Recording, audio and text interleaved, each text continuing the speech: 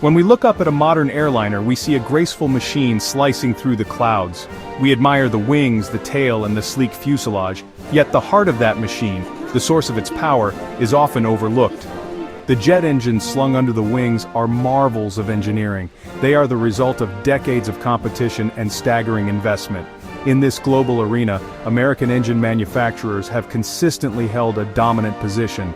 General Electric, Pratt & Whitney, their engines power the majority of the world's commercial and military aircraft. This dominance is not an accident, it's a distinct design philosophy. Understanding it requires looking beyond logos and marketing. We must delve into the very core of the technology itself. The real differences are found in material science, the aerodynamic design of the fan blades, and the fundamental architecture of the engine's core. American engines are often built with a hot and high philosophy, designed to operate at higher internal temperatures and pressures. This wrings out every last ounce of thrust and efficiency, a legacy born from massive U.S. military investment.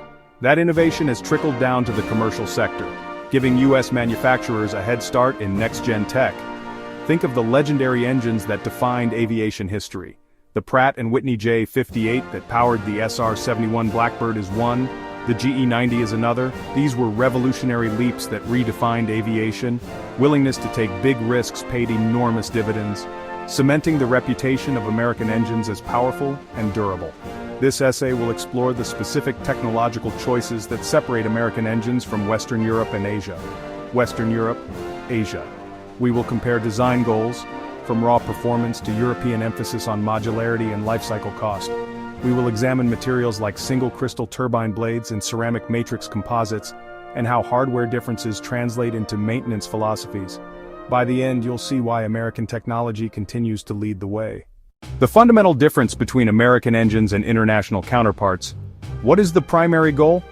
For U.S. manufacturers like General Electric and Pratt & Whitney, the answer has historically been performance, thrust, thermal efficiency. This philosophy is rooted in the demands of the U.S. military, aircraft that can fly faster, fly higher, and carry heavier payloads than any adversary. This led to a focus on very high-pressure cores. The core is where air is compressed, fuel is mixed with the air and ignited. A higher compression ratio means more power per drop of fuel. Result, greater thrust and better fuel burn at peak performance. This design choice sets the stage for everything else. It leads to engines that run hotter and at higher pressures. To achieve this, designers create complex, multi-stage compressors and turbines, each stage a spinning rotor and a stationary stator, working together to squeeze air with incredible force. For example, a modern GE core might compress air to over 50 times atmospheric pressure. Extreme compression enables immense power from a compact core. The trade-off: components require advanced materials and manufacturing. U.S. industry poured billions into solving these challenges over decades. This focus on a powerful, monolithic core affects overall design. American engines often come as highly integrated units. The core is the heart, large front fan, low-pressure turbine at the back, all designed to work in harmony with the core. This yields exceptional cruise efficiency at design speed and altitude, but it can make them more complex to service. Accessing internal components sometimes requires extensive disassembly. Deliberate trade-off. Prioritize peak performance even if maintenance is harder. Consider the Pratt & Whitney F119. It powers the F-22 Raptor, designed to enable supercruise, supersonic flight without afterburner. Achieving this required leap in core tech, higher temps and pressures. Commercial spin-offs include the geared turbofan. A gearbox lets the fan spin at its optimal speed and the core at its own. Even efficiency-focused designs retain the legacy of a power-dense core, showcasing the enduring influence of the American design philosophy. Next, the secret sauce in the turbine blade: material science. If the high-pressure core is the heart of an American engine, then advanced materials are the lifeblood. The incredible temps and stresses inside the hot section, combustor high-pressure turbine, would melt conventional metals instantly. U.S. leadership in material science provides a decisive edge. For decades, American firms, often DARPA-funded, the most critical is the single crystal turbine blade.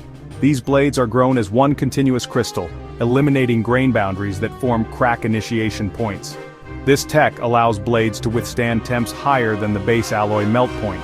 Combined with intricate internal cooling channels, they survive the heat.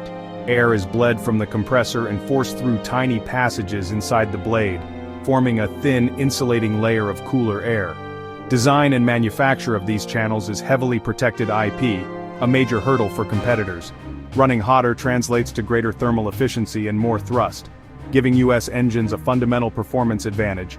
Beyond single crystal blades, ceramic matrix composites, CMCs, revolutionary materials embedding ceramic fibers into a ceramic matrix.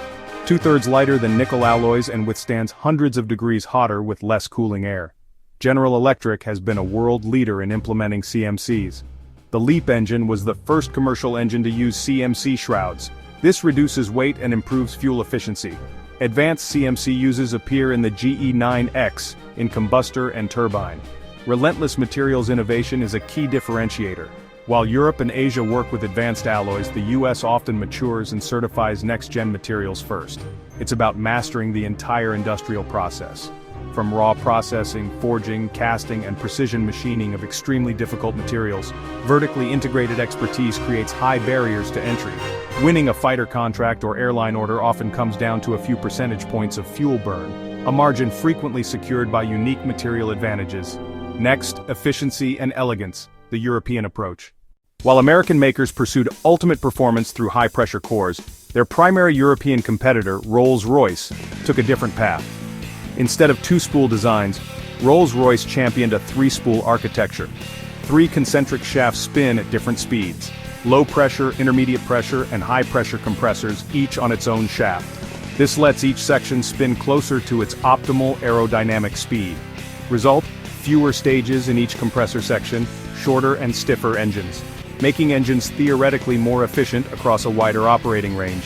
This has profound implications for the engine lifecycle. Key advantage: inherent modularity. Mechanics can often replace just the affected module without a complete teardown. That reduces time on ground, a major selling point for airlines. The Rolls-Royce Trent family embodies this philosophy, promised lower time on wing costs and easier maintenance. Trade-off: extra shaft and bearings add parts, weight, and potential failure points, which increases mechanical complexity. Aerodynamically, each component can be more efficient, but the overall system can be heavier than a two-spool design. Different priorities: performance versus life cycle cost. Where American designs pushed for highest thrust-to-weight ratios, the European approach balanced performance with operational economics, targeted at commercial airlines focused on total cost of ownership, laser-focused on decades-long fleet economics. The Trent family is the ultimate expression of this philosophy. Trent 900 powers the A380, engineered for low noise and dependable operation, known for low noise and operational efficiency, but complexity brought challenges. The Trent 1000 durability issues are an example. Every choice is a compromise.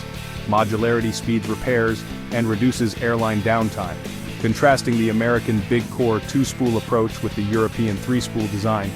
Next, how these differences affect keeping giants in the sky. Design philosophies have direct impact on maintenance. American engines use highly integrated two-spool cores, powerful units. Emphasis: extreme durability and reliability. Goal: maximize time on wing. Long intervals before overhaul. Build the core to survive thousands of flight cycles in brutal conditions. This relies on advanced materials and cooling tech, but when maintenance is needed, it's more involved. Accessing the high-pressure core can require splitting the engine into major sections. That suits US airlines with long point-to-point routes and long cruise hours. Engines optimized for peak cruise performance make sense there. Maintenance is deferred. Long intervals between shop visits. GE is known for exceptionally durable engines and on-condition programs. Sensors feed analytics dashboards monitoring engine health in real time. Result: maintenance only when actually needed, not fixed intervals. Rolls-Royce takes a different tack with three-spool modular design, swap entire modules, fan case, intermediate pressure compressor, high-pressure turbine, module swap, speed repairs, and reduce downtime. That suits hub-and-spoke airlines with short, frequent flights, but modularity adds mechanical complexity. Extra shafts and bearings. Module interfaces must be perfectly sealed and aligned to avoid vibration and wear. Recent Trent durability issues highlight the trade-off. Ultimately, both approaches aim to minimize airline disruption. US, nearly bulletproof core, less frequent but intensive maintenance. Europe, faster targeted repairs via modular swaps. Both aim for the same goal: Get aircraft back into the air fast and safely. Next, a head-to-head, GE90 versus the Rolls-Royce Trent. Perhaps no two engines better exemplify differing philosophies. General Electric GE90 and the Rolls-Royce Trent 800. Both developed in the 1990s for the Boeing 777, a twin-engine long-haul jet. The GE90 was built around a record-breaking core. It set benchmarks for pressure ratio and internal temperatures. To achieve massive thrust, GE designed the world's largest fan. Blades made from carbon fiber composites made the fan lighter and more efficient, but it was the powerful hot-running core that did the heavy lifting. Delivering performance and fuel efficiency at cruise, the GE90 was brute force engineering, a monolithic powerhouse. The GE90-115B held the world record for thrust at over 127,000 pounds. It enabled the 777-300ER, one of the most successful wide bodies in history. Airlines loved it for power, reliability, and fuel burn, a testament to U.S. success, pushing cores to material and thermal limits. Deliver performance no one else could match at the time. Maintenance, long periods on wing, then comprehensive shop visits. Rolls-Royce offered the Trent 800 for the 777, epitome of three-spool design, designed to be lighter and aerodynamically efficient in a different way, optimizing speed of each compressor section, marketed on lower weight and modular maintenance benefits. Pioneered power-by-the-hour service model. Predictable maintenance costs. Airlines paid for hours in operation rather than owning the maintenance risk. The competition between GE90 and the Trent 800 was fierce. The GE90 ultimately captured the majority of the market on later long-range models, but the Trent established Rolls-Royce as a true peer competitor. Airlines faced a clear choice: raw power or modular efficiency. This rivalry defined an era and showcased distinct technological paths. Next, what it all means for people on the ground and in the air. For the pilots in the cockpit and the airlines managing fleets, these technological differences are not academic. They have real-world consequences every single day. For airlines, it translates into the ability to fly longer routes, more passengers and more cargo, boosting the bottom line. Trade-off: maintenance programs built around less frequent but intensive overhauls. Conversely, European modularity offers quick module swaps. Getting an aircraft back into service quickly can prevent cascades of cancellations. That avoids passenger disruption and operational headaches. Passengers benefit from lower noise and smoother operation depending on engine choice. Pilots get different feel and response profiles between designs. Intense competition drove innovation. More powerful, efficient, quieter, and reliable engines. Fuel efficiency gains help keep fares down and reduce environmental impact. Modern engines are incredibly reliable, making flying the safest mode of transport. Next time you board, look at the engine on the wing. Whether American power or European modular elegance, you are looking at one of humanity's most refined machines. A testament to a global contest of engineering that allowed us to conquer the skies. If you enjoyed this deep dive, subscribe for more aviation tech explainers.